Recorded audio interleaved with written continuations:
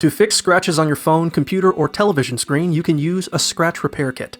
First, assess the damage to determine if the scratches are surface level or deep nicks. If they are light, purchase a professional scratch repair kit, such as Displex Display Polish or Novus Plastic Polish from Amazon, or check tech departments at Best Buy or Walmart. Make sure to buy a microfiber cloth if your kit does not include one, as it won't scratch the screen during buffing. Power down your device and follow the instructions in the kit, which usually involves spraying a solution onto the scratch and gently buffing it with the cloth. Move the cloth in circular directions. Review the results to see if the scratch is gone. If the screen is significantly damaged, consider buying a new screen cover. Find your device's model number and manufacturer name, then search for screen replacement on a search engine or websites like Amazon or eBay. Contact your local tech department for a price check and weigh the cost of their services and the screen's price against buying a new device. If it's cost effective, purchase the screen and have it installed by a professional.